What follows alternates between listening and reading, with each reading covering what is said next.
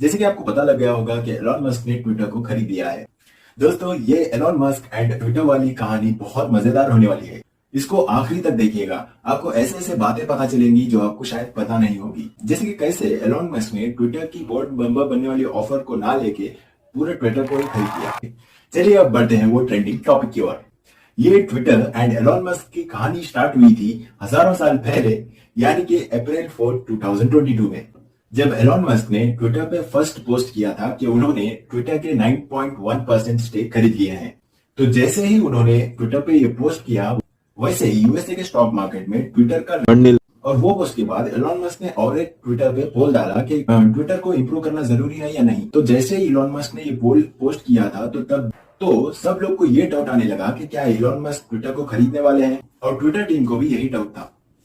तो उन्होंने इसको अवॉइड करने के लिए उन्होंने एक प्लान बनाया। वो प्लान बना के उन्होंने क्या किया, वो एलॉन मस्क को कहने लगे कि आप 15% ऑफ स्टेक कंपनी का ले लीजिए और बोर्ड मेंबर बन जाइए, जो पहले एलॉन मस्क ने मान भी लिया था। फिर थोड़े दिन बाद एलॉन मस्क ने उसको नकार दिया, क्योंकि अगर वो 15% ले लेते तो वो पूरी कंपनी नहीं ले पाते थे।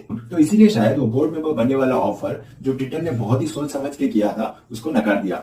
और थोड़े दिन बाद और एक पोस्ट आता है ट्विटर पे कि वो ट्विटर को खरीदना चाहते हैं, और वो ट्विटर को खरीदना चाह रहे थे $43 बिलियन रुपीस में। तो यही $43 बिलियन का ऑफर उन्होंने ट्विटर को कर दिया। और एलॉन मस्क ने यह भी कहा कि वो ट्विटर को खरीदने के बाद प्राइवेट कर देंगे, क्योंकि उनके प्लान्स थे कि उनको ट्विटर में बहुत सारे चेंजेस लाना था, और चेंजेस लाना है तो कंपलसरी प्राइवेट करना ही पड़ेगा, क्योंकि वो लिस्टेड कंपनी होगी। लिस्टेड मतलब वो यूएसए के स्टॉक मार्केट में लिस्टेड थी। जैसे कि अभी रिसेंट में इंडिया में पेटीएम लिस्टेड हो गया है और नायका जैसे लिस्ट हुआ है, ऐसे ही यूएसए के स्टॉक मार्केट में ट्विटर ऑलरेडी लिस्टेड थी। तो ये लिस्टेड कंपनीज में कुछ भी चेंजेस लाना बहुत ही मुश्किल होता है। इसके लिए इलॉन मस्क उसको प्राइवेट लाना चाह रहे थे। वो ट्विटर में बहुत सारे चेंजेस लाना चाह रहे थे, जैसे कि कोई भी ट्वीट को एडिट ऑप्शन लाना, और वो ट्विटर के एल्गोरिदम को ओपन सोर्स करना चाह रहे थे। ओपन सोर्स का मतलब वो एल्गोरिदम को कोई भी देख सकता था। और ये सब झमेले में ट्विटर एम्प्लॉइज को बहुत टेंशन होने लगी थी। उनको अपने फ्यूचर की बहुत टेंशन होने लगी थी कि ये जॉब रहेगा या नहीं रहेगा, या उनको ले ऑफ कर दिया जाएगा। और ये ऑफर के पोस्ट को ट्विटर में ट्वीट करने के बाद थोड़ी ही देर बाद एलॉन मस्क एक प्रोग्राम में जाते हैं, जो प्रोग्राम किया जा रहा था टेड टॉक्स के फाउंडर क्रिस एंडरसन के साथ। क्रिस ने उनसे पूछा कि क्या वो सच में ट्विटर को खरीदना चाह रहे हैं। तो तब जाके एलॉन मस्क ने सीरियसली कहा, हाँ वो जरूर ट्विटर को खरीदना चाह रहे हैं, क्योंकि वो फ्री स्पीच और डेमोक्रेसी में बिलीव करते हैं, जो ट्विटर को अच्छे से चलाने से पॉसिबल हो पाएगा। तो ये सब होने के बाद ऑन अप्रैल 25 को ट्विटर के बोर्ड मेंबर्स ने एक्सेप्ट कर दिया $44 बिलियन रुपीस में। तो जैसे कि आपको पता होगा, ये लोग बिलियनियर्स तो होते हैं, मगर इनके अकाउंट में ऐसे ही पैसा पड़ा नहीं हुआ होता। तो एलॉन मस्क ट्विटर खरीदने के लिए अपने टेस्ला के 9.6 मिलियन शेयर्स को बेच देते हैं, जिसके बाद उनके पास $8.4 बिलियन रुपीस आ जाते हैं। और उनका एक प्लान है कि ट्विटर के सिर्फ सब्सक्रिप्शन मॉडल से ही $10 बिलियन आ जाएंगे अराउंड 2028 तक। और उनके कैलकुलेशन के हिसाब से 2028 तक ट्विटर के यूजर्स बढ़ जाएंगे 931 मिलियन तक। और आपको बता दूं, अब ट्विटर पे अराउंड 217 मिलियन यूजर्स हैं। और उन्होंने ये भी कहा कि वो ट्विटर खरीदने के बाद डोनाल्ड ट्रंप के अकाउंट जो बैन की थी पहले ट्विटर ने, उसको अनबैन कर देंगे। आपको शायद पता ही होगा, डोनाल्ड ट्रंप जो यूएसए के एक्स प्रेसिडेंट रह चुके हैं, उनका अकाउंट भी ट्विटर ने बैन कर दिया था। और दूसरी ओर इधर ट्विटर ऑफिस में दूसरा ही बवाल चल रहा था। इधर ट्विटर के सीईओ पराग अग्रवाल ने ट्विटर के टॉप एग्जीक्यूटिव्स को फायर कर दिया था। ये फायर करने का रीजन उन्होंने बताया तो नहीं, मगर मुझे लग रहा है वो शायद एलॉन मस्क की हेल्प कर रहे थे, इसीलिए शायद उनको फायर किया गया होगा। क्योंकि जैसे ही ट्विटर के टॉप एग्जीक्यूटिव्स को फायर किया गया, उसकी थोड़े ही दिन बाद ये न्यूज आया कि एलॉन मस्क ये डील कैंसिल करने वाले हैं, यानी कि ट्विटर को खरीदने वाली डील एलॉन मस्क कैंसिल कर रहे हैं। तो इस पे एलॉन मस्क ने ये रीजन बताया कि ट्विटर पे बहुत सारे बॉट अकाउंट्स हैं। बॉट अकाउंट्स मतलब फेक अकाउंट्स बहुत ज्यादा हैं। तो बस एलॉन मस्क का ये कहना ही था, एलॉन मस्क एंड ट्विटर का कोल्ड वॉर स्टार्ट हो गया।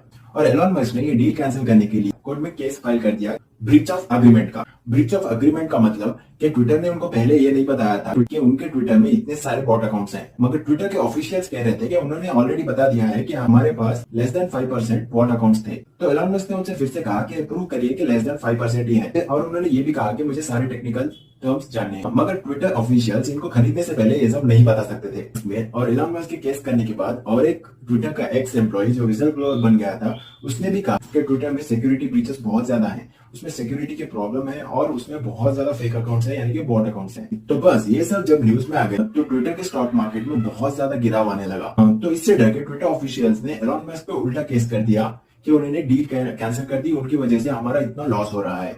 और जब ट्विटर ने एलॉन मस्क पे केस कर दिया तो एलॉन मस्क उस स्टेट को आगे बढ़ाना चाह रहे थे, मगर ये नहीं हो पा रहा था। तो एलॉन मस्क से और एक थोड़े दिन बाद न्यूज आई कि वो ट्विटर को फिर से खरीदने वाले हैं। तो ट्विटर ऑफिशियल्स ने इस ऑफर को एक्सेप्ट कर लिया और ये डील पूरी हुई अक्टूबर 27, 2022 को। और ट्विटर को एलॉन मस्क ने $44 बिलियन जो पहले उन्होंने वादा किया वही रेट पे उसको खरीद लिया। तो ऑफिशियली ट्विटर अब एलॉन मस्क का हो चुका है। और जैसे ही एलॉन मस्क ने ट्विटर को खरीद लिया, ऐसे ही ट्विटर की टॉप 3 ऑफिशियल्स को फायर कर दिया गया। वो टॉप 3 ऑफिशियल्स थे हमारे इंडिया के पराग अग्रवाल, जो पहले ट्विटर के सीईओ हुआ करते थे।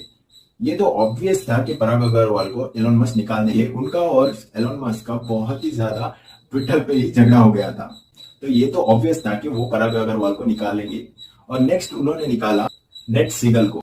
नेट सीगल वही है जो पहले डोनाल्ड ट्रंप का अकाउंट बैन किया था, मे भी शायद इसीलिए उनको भी निकाल दिया हो गया होगा। अब क्या कहते हैं, कमेंट में बताइए क्या ये सही है या नहीं। और नेक्स्ट जिसको फायर किया गया वो है विजया गद्दे। विजया गद्दे को क्यों निकाला गया ये तो मुझे भी पता नहीं है। अगर आप में से किसी को पता है तो प्लीज कमेंट में लिखिए। और ऐसे ही मैं ट्विटर में पढ़ रहा था तो मेरे को एक ट्वीट दिखाई दिया जिसमें किसी ने कहा था कि पराग अग्रवाल अगर ट्विटर के सीईओ ना बन के गवर्नमेंट जॉब कर लेते तो शायद उनका जॉब इतना इजीली नहीं जाता। मैं वो ट्वीट किया, उनको बताना चाह रहा हूँ कि पराग अग्रवाल ऐसे ही फायर नहीं होंगे भाई, उनको बहुत सारा पैसा मिलेगा। ऑफिशियल रिपोर्ट ये आई है कि ये जो 3 लोग फायर हुए हैं उनको अराउंड 800 करोड़ रुपीस तक मिलेंगे। तो तीनों को मिला के अराउंड 800 करोड़ रुपीस मिलेंगे। क्या कोई गवर्नमेंट काम करने से इतना पैसा मिल पाता था? चाहे वो करप्शन भी कर लेते तो इतना पैसा नहीं मिल सकता था। तो दोस्तों ये सब था Elon Musk and Twitter saga के बारे में। अगर आपको इसके अलावा और भी कुछ पता है तो कमेंट में प्लीज लिखिए, जिससे कि हम सबको भी पता चल सके। तो आज के लिए बस इतना ही। अगर आपको मेरा ये वीडियो वैल्यूएबल लगे तो शेयर, लाइक एंड कमेंट करना मत भूलिएगा।